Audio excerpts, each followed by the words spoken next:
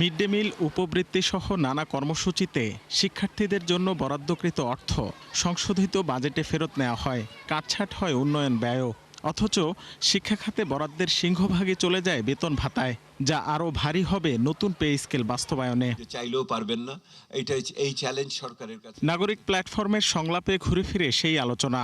প্রশ্ন উঠেছে, এমন প্রেক্ষাপটে শিক্ষা খাতে স্বচ্ছ বরাদ্দ কিভাবে নিশ্চিত করবে নতুন সরকার?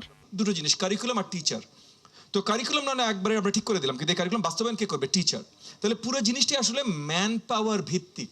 আমরা অনেক গল্প করতে পারি, টেকনোলজি এটা নিয়ে আসবো, ওইটা করে ফেলবো, এগুলো টুলস। এই টুলসের কোনো দাম নেই ভাই। ক্রিকেট ব্যাট কত দামি ডাজন্ট ম্যাটার। খেলোয়াড় যদি বলটা খেলতে না পারে, দামি ব্যাটের কোনো দাম নেই।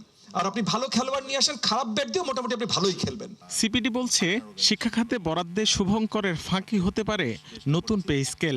এই প্রক্রিয়ায় 2031 সাল নাগাদও জিডিপির 5% বরাদ্দ নিশ্চিত সম্ভব হবে না। আমার মনে হয় না যে সরকার 5% অফ জিডিপি এই শিক্ষা স্বাস্থ্য এটাতে করতে পারবেন। ইভেন 2031-এও ওনারা 5 বছর পরে এই রিস্ট্রাকচারিং ওনারা করতে পারবেন বলে আমি মনে করি না। ইংরেজিতে আমরা যেটা বলেছি, আগে আমরা we have fought for the access to education. Now it is time to fight for the outcome of the education. এই আউটকাম অফ দি এডুকেশনের উপরে আমরা জোর দিয়ে এই পুরো জিনিসটাকে দাঁড় করিয়েছি, এবং এটাতে মনে করি সকলকে যুক্ত হতে হবে।